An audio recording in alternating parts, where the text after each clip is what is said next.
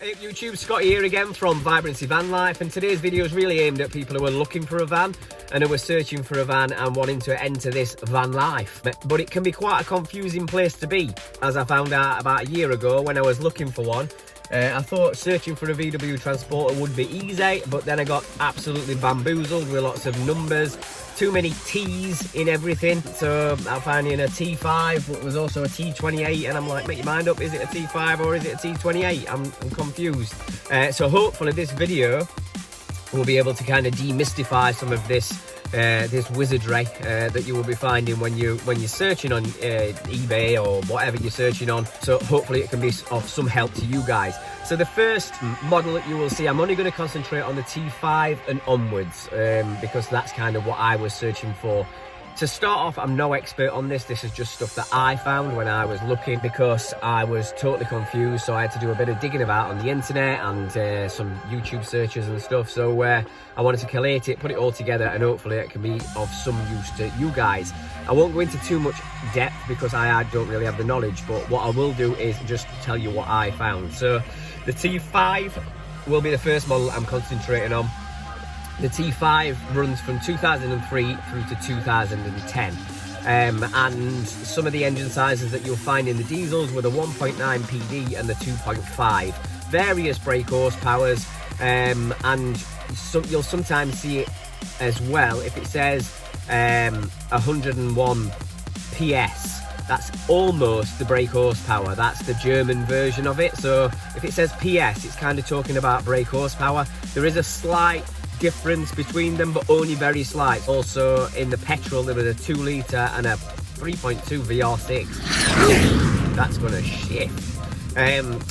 Next model that you'll see is a T5.1. so that was the facelifted model. So on this note as well, all of these are just facelifts of the same chassis.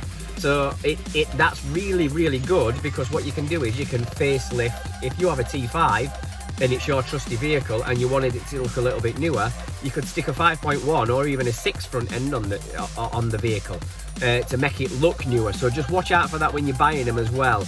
Match the year of the vehicle. So if it's 2006 and it's got a T6 front end, it's clearly not a T6. The T5.1 runs from late 2010, early 2011 through to 2014. The engine sizes do change in the diesels at that point, so that should be able to point out whether it's a 5 or a 5.1. 2 litre TDI, 2 litre bi TDI. I'm not going to go into engine sizes too much. Bi TDI just means it's got 2 turbos on it. You've got DSG. If you see DSG, it means it's automatic. And then you also see 4Motion from this point onwards as well. So 4Motion is the all-wheel drive, VW's all-wheel drive system. In the petrols there was a couple of 2 litres, a TSI, so that's the 5.1.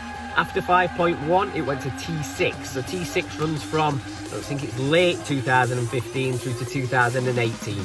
Engine sizes are very similar again, but the styling of the lights and everything changes. There's differences to the grille, so you'll be able to see that there's at this point the engine sizes for the diesels, the 2 litre TDI, were kind of kept the same. I think there was a 2 litre TSI petrol as well.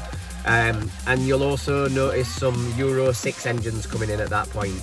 I think they're called Blue Motion, and they potentially from that age onwards, the Blue Motions you need to add AdBlue to it, which I don't know much about, to be fair, but it's just a case of pouring some into a separate cap.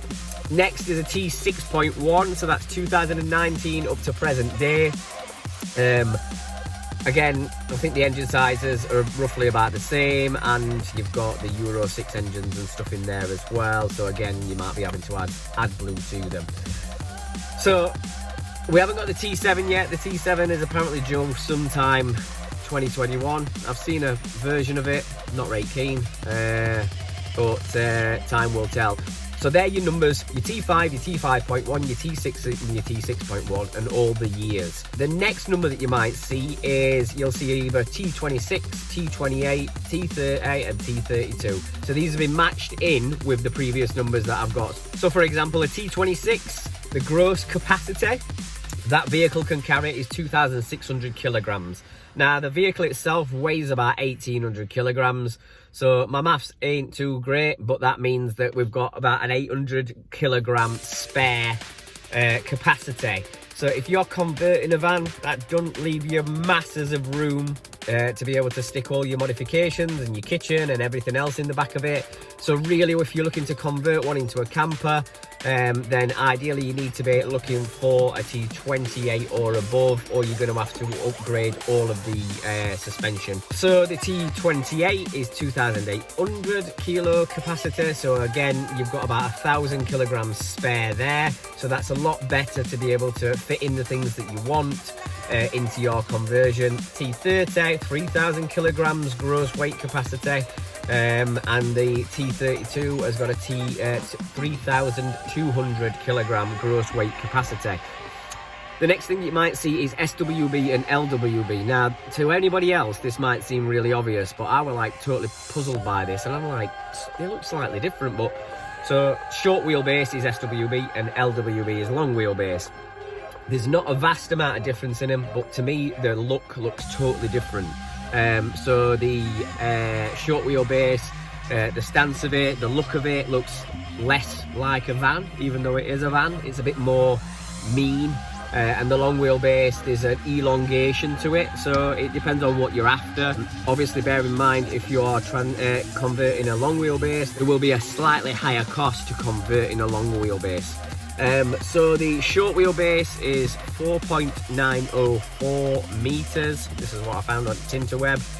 So that just sneaks in under the 5 meter mark, and the long wheelbase is 5.304 meters. So there's only 400 mil difference in the size, 40 centimeters. But that can make a difference, like if you are, for instance, traveling on a ferry. Some ferries under 5 meters will charge you a car price. Over 5 meters will charge you, you'll jump up to the next bracket into a van price for going on the ferry.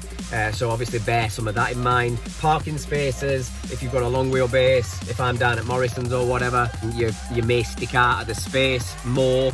With a short wheelbase, for me, that's exactly what I wanted to do, because I will be selling on Tiggy that I'm sat in right now to partly fund the project, and she will, the new vehicle that we've got, which has been converted at the minute, which I'm calling V, will be my daily driver. So I needed something that was obviously all right to go down to the shops in and get in car parks and all of that lot. So that's something else to bear in mind. If you've got a bigger family and you're not bothered and it's only like a weekend vehicle, then a long wheelbase, obviously it'll give you a little bit more room inside, etc. as well. So the next thing you might find when you're looking, which might confuse you even further, is the fact that you've already figured out you've got your T5.1, you know what that is, the T30, yep, I know that's the payload, and that'd be fine to convert. But then you've also got something else chucked into the mix, which is either Startline, Trendline, Highline or Sportline. So, but yeah, you've got Startline,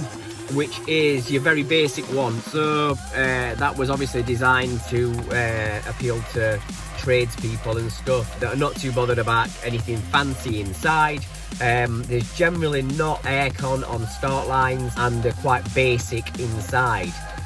Black bumpers, so if you wanted to make a swamper one and you're not bothered about any aircon, then Startline with the black bumpers should be a perfect base vehicle. But then after Startline, so that's the base one, next it goes to Trendline. So at Trendline, again, you've got quite a basic interior. They add in more bits and bobs, more buttons, maybe an updated head unit. You'll probably have aircon and cruise control. Again, still outside, you've got black bumpers, but it's just a little bit of a step up. After that, the next two are Highline and Sportline. So Highline and Sportline kind of get a bit more car-y in the cockpit area. So you might have like comfort dash like it has on this one, and you've got probably, it may be trimmed better. So they just get a bit more car-y, a bit more luxury. You'll have different styling on the outside. Definitely when we jump to the Sportline's already lowered. I think it's about 40 mil or something, and you'll have some skirts and stuff on there, Sportline front ends, maybe a spoiler. So they're all things to look out for as well.